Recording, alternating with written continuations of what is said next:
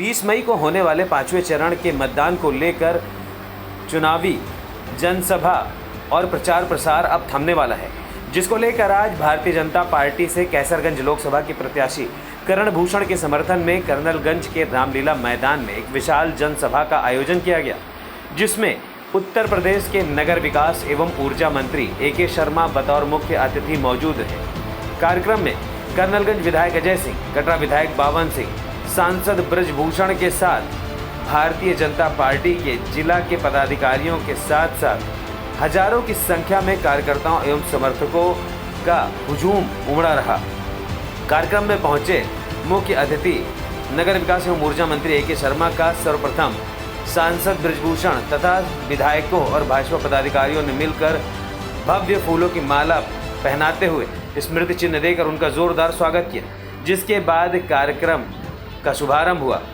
कार्यक्रम के दौरान भाजपा के मौजूद विधायकों तथा जिला पदाधिकारियों ने जनसभा को संबोधित किया, जिसके बाद कार्यक्रम में मौजूद बतौर मुख्य अतिथि नगर विकास एवं ऊर्जा मंत्री AK शर्मा ने जनसभा को संबोधित किया।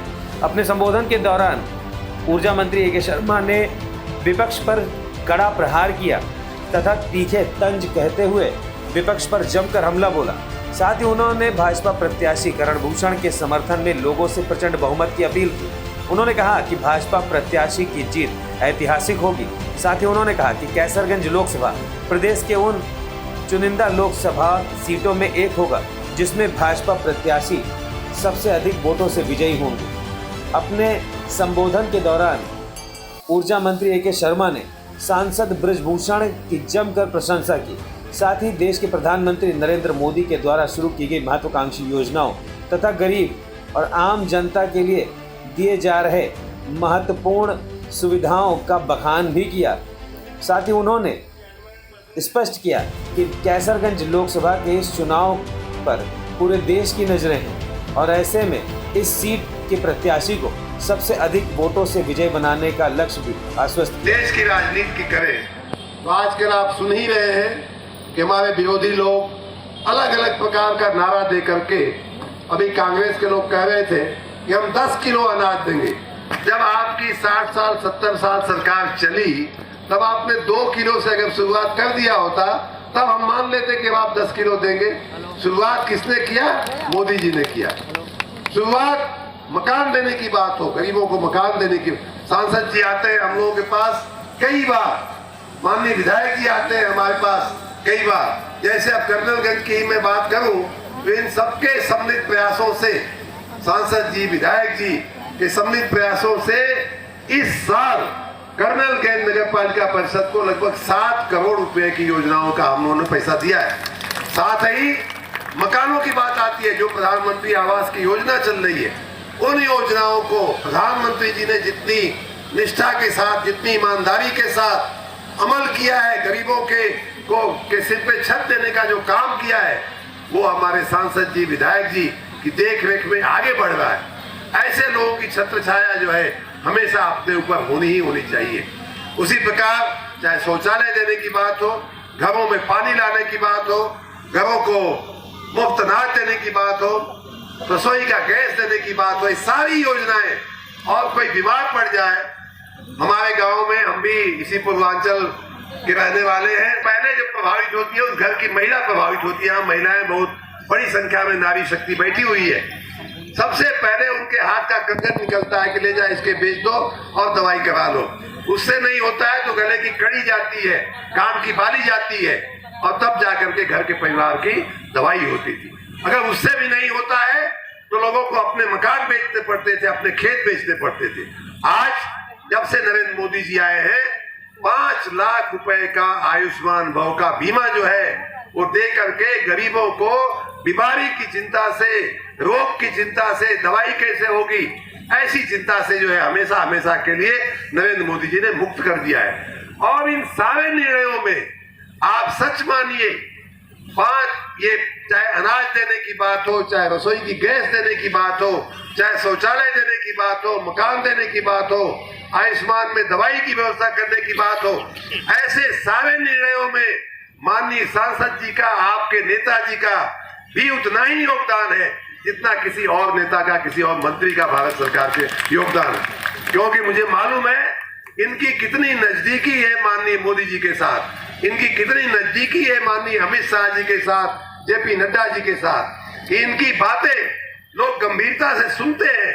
जब आपका यहाँ का सांसद इतना अनुभव के साथ, इतना प्रचंड जनाधार के साथ, जब ये आपके नेताजी दिल्ली जाते हैं, माननीय प्रधानमंत्री जी, माननीय गृह मंत्री जी से मिलते हैं और कहते हैं कि साहब ये गरीबों के अन्न का सवाल आ रहा है, गरीबों के मकान का सवाल आ रहा है, तो किसी की ताकत नहीं है जो हर जो सब ऊंचे पे ऊंचे से ऊंची कुर्सी में बैठा हुआ मंत्री, प्रधानमंत्री जो है उनकी बात सुनते हैं। तो ऐसी जो आपको छत्र छाया मिली हुई है, उस छत्र छाया में रहना ही इस क्षेत्र की भलाई है। अभी भी देखिए सांसद जी ने, विधायकगण ने, मैंने बताया ना कि कर्नलगंज के विकास के लिए इस साल 7 करोड़ रुपया हम लोग लेकर के आए, और पिछले साल भी लगभग लगभग जो है 2 करोड़ रुपया यहाँ दिया गया था। तो इस प्रकार से, उसी प्रकार माननीय बावन सिंह जी कटरा नहीं सुनेंगे तो उनको दुख होगा। कटरा में भी माननीय विधायक जी, माननीय सांसद जी के प्रयासों से पिछली साल लगभग 2 करोड़ रुपया, और इस साल भी 3 करोड़ 10 लाख रुपया माननीय विधायक जी आप लोगों के प्रयास से आपके क्षेत्र में आया है, माननीय सांसद जी के आशीर्वाद से। तो कहने का मतलब ये है कि जहां एक तरफ इनका व्यक्तित्व राष्ट्रीय कक्षा का है, जहां इनका व्यक्तित्व राज्य कक्षा का है, वही गली की, कूचे की, सड़क की, बिजली की, पानी की, पीने के पानी की, सिंचाई के पानी की, जल निकासी की सारी चिंता करते हैं। और कुछ क्षेत्रों में तो इन्होंने, इनका व्यक्तिगत योगदान इतना बड़ा है, जैसे शिक्षा का क्षेत्र है, इतनी सारी संस्थाएं हमारे इन गरीब इलाकों में, चाहे मध्यांचल का इलाका हो, अवध का इलाका हो, चाहे पूर्वांचल का इलाका हो, शिक्षा जो है एक बहुत ही समस्या थी। स्कूल कम थे, क्वालिटी एजुकेशन की कमी थी। ऐसे क्षेत्रों में, ऐसी जगहों पे जो इन्होंने शिक्षा में, स्वास्थ्य में काम किया है, करवाया है, और जो अभी अपने जिला पंचायत के अध्यक्ष जी बोल रहे थे, गरीबों का सशक्तिकरण। देखिए जब इनका इतना जनाधार बड़ा है, तो कोई कांग्रेस पार्टी तो ये है नहीं कि हर पद पे अपने ही घर के लोगों को बैठा दे, और समाजवादी पार्टी तो है नहीं कि अपने ही परिवार का खोज करके ला करके लोगों को ये पंचायत वो पंचायत दे दे। ये बैठाते हैं किसको, जैसा कि जिसका वर्णन माननीय जिला पंचायत अध्यक्ष जी ने बड़े विस्तार से किया है। बहराइच जिले में तो ये पिछड़ी जाति का व्यक्ति, यहाँ गोंडा में तो ब्राह्मण व्यक्ति, अन्य तमाम, चाहे ब्लॉक प्रमुख का हो, चाहे नगर पालिका का अध्यक्ष हो, चाहे विधायक का हो, हर क्षेत्र को ऐसे सामाजिक समीकरणों के साथ, सामाजिक न्याय के साथ, लोगों के साथ न्याय हो, हर वर्ग के लोगों को प्रतिनिधित्व मिले, इसकी चिंता करने वाला बहुत ही विलक्षण व्यक्तित्व आपके पास है। उनका सम्मान, उनके सम्मान में मैं तो ये कहूंगा कि अगर सांसद जी ने 5 लाख का लक्ष्य तय किया है, तो उनके सम्मान में आप लोग 5 लाख के लक्ष्य को भी पार करके जितना ज्यादा से ज्यादा प्रचंड बहुमत से आप करण जी को जिताएंगे, उतना ही हम सबका सम्मान बढ़ेगा।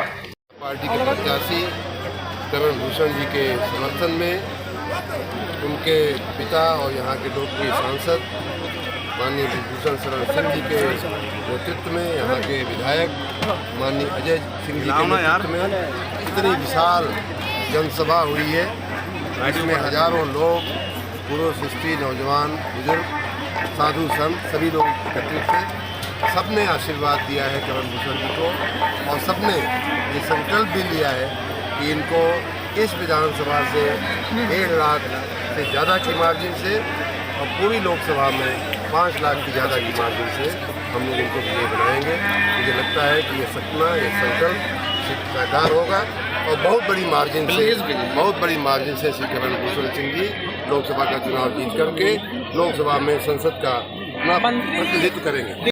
मैं गौरा विधानसभा में, आपको याद होगा तो मैं आकर के, आप वहाँ थे ना, मैंने स्वयं 132 केवी के सब स्टेशन का मैंने उद्घाटन किया था। उसी प्रकार कर्नलगंज में भी माननीय विधायक जी के प्रयास से एक 33 केवी के सब स्टेशन का उच्चीकरण हुआ है। उसी तरह से कटरा में, तरफगंज में, सब जगह बिजली के हमारी जो इंफ्रास्ट्रक्चर है उसका प्रस्तावित है कर्नलगंज क्षेत्र में। इसी के साथ हजारों नहीं बल्कि लाखों की संख्या में खंभे बदले जा रहे हैं, हजारों किलोमीटर तार जो जर्जर थे वो बदले जा रहे हैं। आप देख सकते हैं इस बदलाव की वजह से इस आधारभूत संरचना में जो परिवर्तन आया है और आ रहा है, उसके चलते आज बिजली की व्यवस्था पहले की अपेक्षा, पहले की सरकारों की अपेक्षा बहुत अच्छी है। नहीं, हमने ये कहा था कि बिजली जाती ज़्यादा थी, आती कम थी। अब जो है बिजली जाना एक समाचार बनता है। 24 घंटे बिजली हम दे रहे हैं, कभी कभार कहीं 10 मिनट 5 मिनट चली जाती है तो समाचार बन जाता है, मीडिया में भी आता है। पहले घर के लोग दिखाई नहीं देते थे, बिजली इतनी कम होती थी कि अगर ढेबरी बुझ गई, केरोसिन का तेल नहीं मिला तो लोग अपने परिजनों का मुंह भी देखने को लालायित हो जाते हैं।